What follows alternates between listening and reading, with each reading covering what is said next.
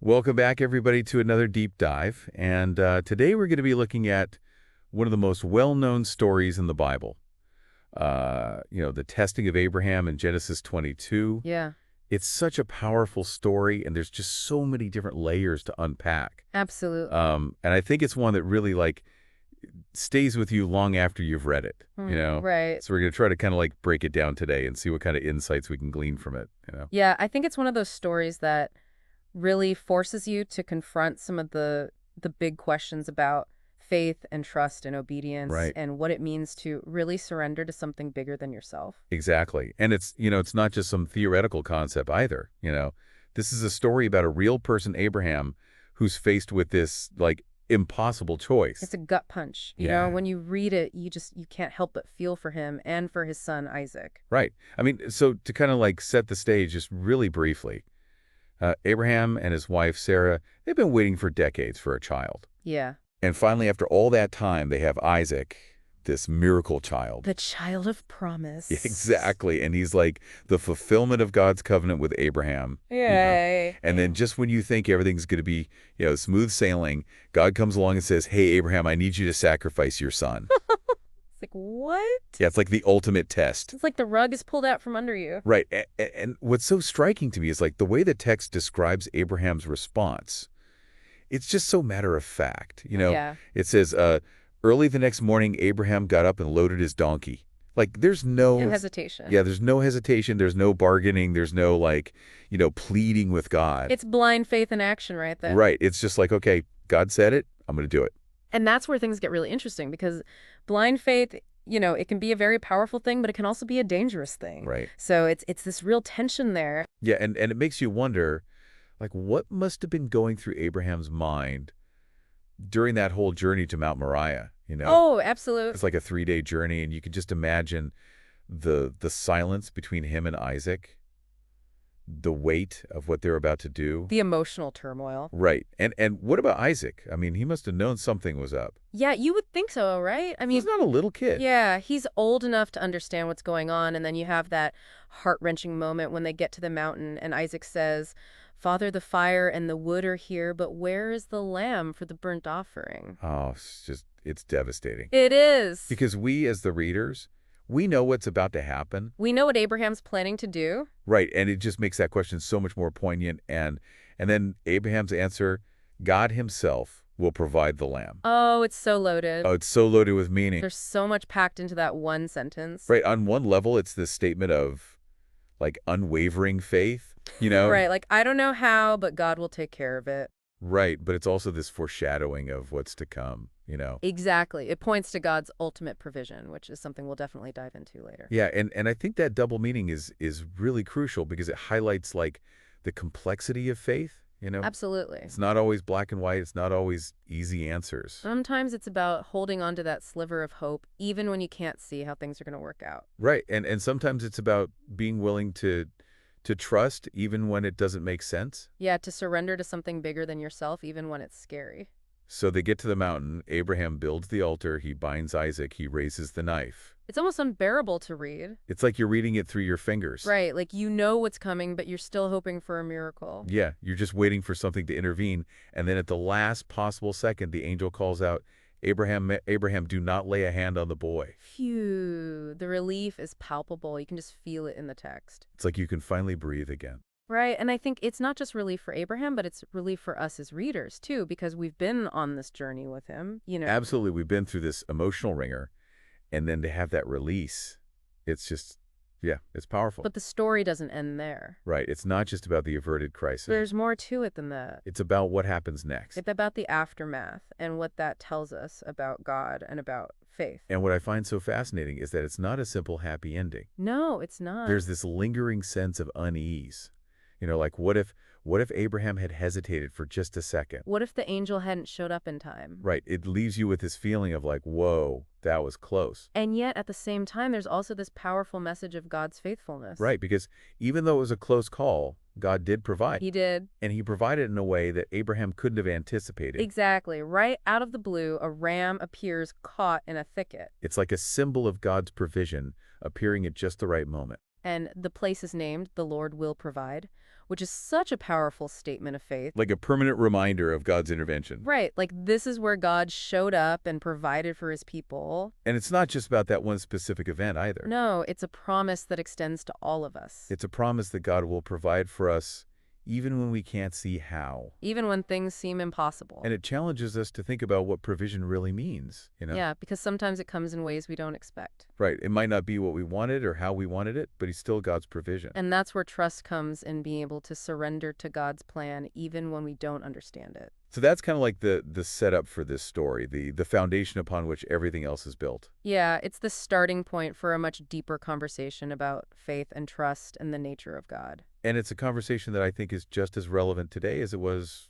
thousands of years ago. Absolutely, because we all face our own Mariahs in life. You know, those moments where we're asked to trust in the face of the unknown, to surrender our fears and doubts to something bigger than ourselves. Right. And it's not always easy. No, it's not. But I think this story gives us some really valuable insights into how to navigate those challenges, how to hold on to hope even when things seem impossible, and how to trust that God is with us every step of the way. Yeah, and that's what we're going to be exploring in more depth in the rest of this deep dive, so stay tuned. We'll be right back after a quick break.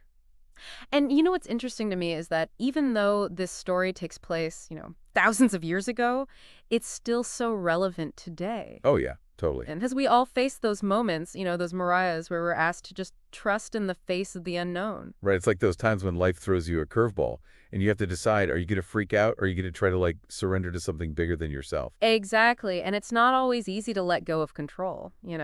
Oh, absolutely. Especially in our culture where we're constantly bombarded with messages about taking charge and manifesting your own destiny. Right. It's like we're supposed to have all the answers and be in control of everything. Yeah, and the story kind of challenges that whole notion. It does. It really pushes us to consider that maybe our way isn't always the best way. Right. Maybe there's something to be said for humility and admitting that we don't have it all figured out. And that sometimes the greatest act of courage is to say, okay, God, I'm letting go. I trust you even though I don't understand. It's funny because it sounds kind of counterintuitive, but I think there's a lot of freedom in that surrender. Oh, absolutely. When you finally let go of the need to control everything, you can actually start to experience true peace and joy. It's like you're trading in the illusion of control for the reality of grace. I love that. And that leads us to the second major theme that emerges from this story, God's provision. Right, the ram caught in the thicket.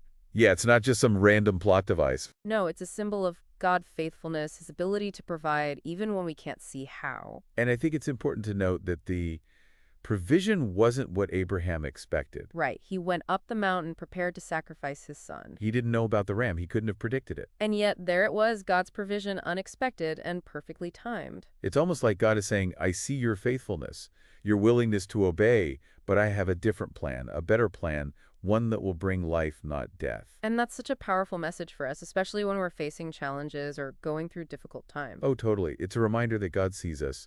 He hears our prayers, and he's working behind the scenes even when we can't see it. And it's not about getting what we want when we want it. Right. It's about trusting that God's timing is perfect. That his provision will come in ways we might not expect, but that it will ultimately be for our good. Okay, so we've talked about faith, we've talked about provision, but there's another layer to this story that I think is really important. What's that? Sacrifice.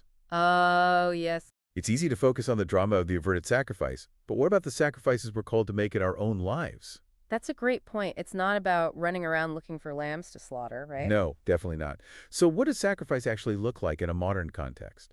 I think it's less about giving up tangible things and more about surrendering our own desires, our own agendas to God's will. So it's more about an inward sacrifice. Exactly. It's about making choices that align with our faith, even when those choices are difficult or inconvenient. So it could be something as simple as choosing to be patient with a difficult coworker. Yes. Or setting aside time for prayer even when we're busy. Exactly. Or saying no to an opportunity that doesn't align with our values, even if it seems tempting. Right. It's about those everyday choices that demonstrate our commitment to something bigger than ourselves. And I think that's where the real challenge lies. It's not about grand gestures. It's about the daily grind. Yeah. Choosing faith over fear, love over selfishness, obedience over convenience.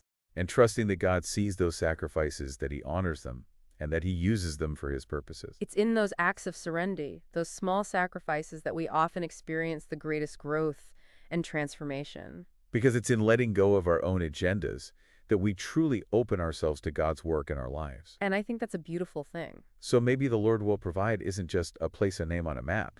Maybe it's a way of life, a mindset, a posture of surrender and trust that allows us to experience God's provision in all its forms. I love that. Not just material provision, but also emotional, spiritual, relational provision. Right, the kind of provision that sustains us through the storms and guides us toward our true purpose. Exactly. So much to think about with this story, right? It is. It's one of those stories that just stays with you. Yeah, and the more you think about it, the more layers you uncover. Totally, like an onion. Right, every time you peel back a layer, there's something new to discover. And it's not always comfortable either, No, definitely not. It forces you to confront some pretty tough questions. About faith, about God, about our own limitations. Right, and for me, one of the most unsettling parts is the ending.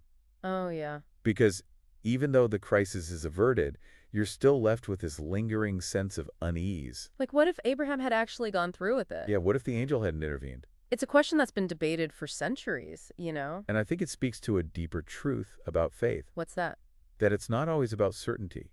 Sometimes it's about taking a leap of faith, even when you don't have all the answers, Even when it feels risky. right? Even when it seems foolish. Yeah, and that's what makes this story so challenging. Because it pushes us to confront our own need for control. For predictability. Right? Like, we want to know what's going to happen. We want to be in charge. But faith is about letting go of that control. Surrendering to something bigger than ourselves.